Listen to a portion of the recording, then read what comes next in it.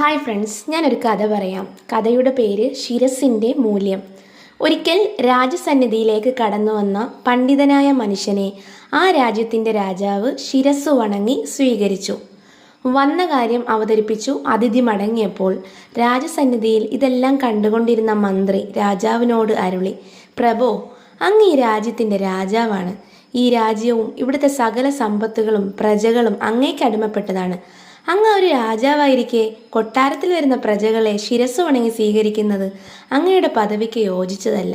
ഇത് കേട്ട രാജാവ് ഒരു പുഞ്ചിരി കൊണ്ട് പ്രതികരിച്ചു മടങ്ങി. പിറ്റേന്ന് പുലർച്ചെ മന്ത്രിയെ കാത്തിരുന്നത് ഒരു തളികയിൽ 3 തലകളാണ്. ഒരു മനുഷ്യൻ്റെ, ഒരു പക്ഷിയുടെ, ഒരു ആടിൻ്റെ.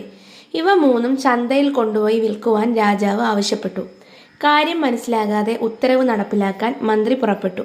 മനുഷ്യൻ്റെ തലയൊഴികെ മറ്റു 2 തലകളും വിൽക്കുവാൻ സാധിച്ചു.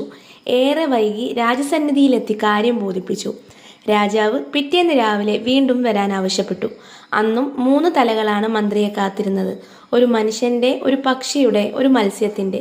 അന്നും ചന്തയിൽ നിന്നും ഏറെ വിഷമത്തോടെ മനുഷ്യൻ്റെ തലയുമായി മന്ത്രി തിരികെ എത്തി. രാജാവിനോട് അരുളി, പ്രഭോ, അങ്ങ് ഇനിയും എന്നെ പരീക്ഷിക്കരുത്. എന്നിൽ നിന്നും സംഭവിച്ച തെറ്റ് എന്താണെന്ന് പറഞ്ഞാലും എന്നെ ഇനിയും ചന്തയിലേക്ക് അയക്കരുതേ. ഇത് കേട്ട രാജാവ് പറഞ്ഞു, അല്ലയോ പ്രിയപ്പെട്ട മന്ത്രി, കഴിഞ്ഞ ദിനങ്ങൾ കൊണ്ട് അങ്ങേക്ക് മനസ്സിലായി കാണും, മരണത്തിനു ശേഷം വിലയില്ലാതാകുന്നത് മനുഷ്യന്റെ തലകൾക്ക് മാത്രമാണ്. ജീവൻ വെടിഞ്ഞ മനുഷ്യന്റെ തലകൾ കാണുമ്പോൾ ആളുകൾക്ക് വെറുപ്പും ഭയവുമാണ്.